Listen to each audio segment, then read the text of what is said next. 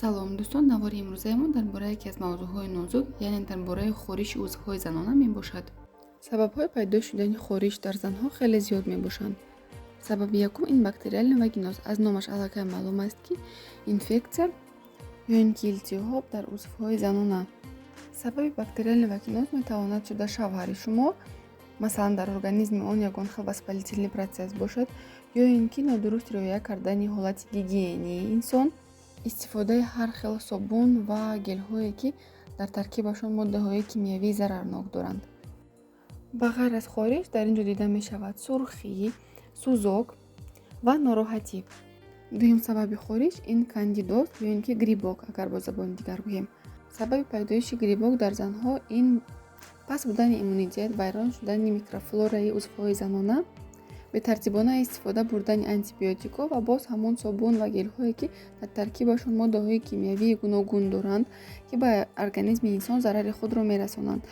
Онҳо микрофлораи узвҳои занонаро вайрон карда, бактерияҳое, ки ба организми мо лозим аст, онҳоро кам мекунанд ва бактерияҳои зараррасонро зиёд мекунанд. Аз ҳамин сабаб хориш пайдо мешавад. Сабаби сеюм риояи нодурусти гигиена, яъне дер таҳорат кардан, истифодаи либосҳое, ки дар таркибашон синтетика доранд, ҳаворо намегузаронанд, ё ин ки аз ҳад зиёд торат кардан, ё ин ки ба қавли дигар спринцевание.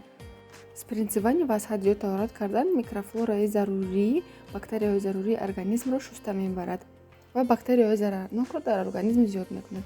Ин сабаби пайдо шудани грибокҳо ва вагиноз мешавад. Қоидаи дурусти гигиена чӣ гуна аст? рӯзе 2 маротиба бе ягон собун ва гелҳо, танҳо бо оби оддӣ таҳорат кардан дар кор ва ё ин ки баъди ҳар як ихроҷи ахлот. Сабаби дигар ин бемории диабети қанд. Ҳангоми диабети қанд хуни инсон ғафз мешавад, қанди хун зиёд мешавад, шахс тез пешоб мекунад, дар пешоб қанд ё ин ки глюкоза дида мешавад. Ин боиси он мегардад, ки дар узвҳои занона хориш пайдо шавад. Ва сабаби дигар ин бемориҳои венерикӣ. Ба онҳо дохил мешавад вируси норасоии масунияти одам, аз сабабе ки дар ин ҷо бениҳоят иммунитети инсон паст мешавад, гонорея, сифилис ва дигару дигар бемориҳо. Дар ҳомиладорон бошад бисёртар хориш дида мешавад, чунки ҳангоми ҳомиладорӣ иммунитети занҳо то андозае паст мешавад, тағйирёбии кори гормонҳо дида мешавад ва маҳз ҳамин тағйирёбии кори гормонҳо метавонад ба хориши узвҳои занона оварда расонад. Барои аниқ кардан чӣ гуна хориш ҳаст дар шумо ва ё чӣ гуна инфексия ё грибок аст дар шумо, аз ташхисҳои фаврӣ, яъне срочный ва аз ташхисҳои планове, ки шумо ба духтур муроҷиат мекунед, дар он ҷо дар шумо муайян мекунанд. Ба ташхиси фаврӣ дохил мешавад колпа-тест. Колпа-тестро дар ҳама дорухонаҳо мефурӯшанд. Колпа-тест ба монанди тест на беременность. Ба фикрам занҳо ҳамаашон аллакай медонанд.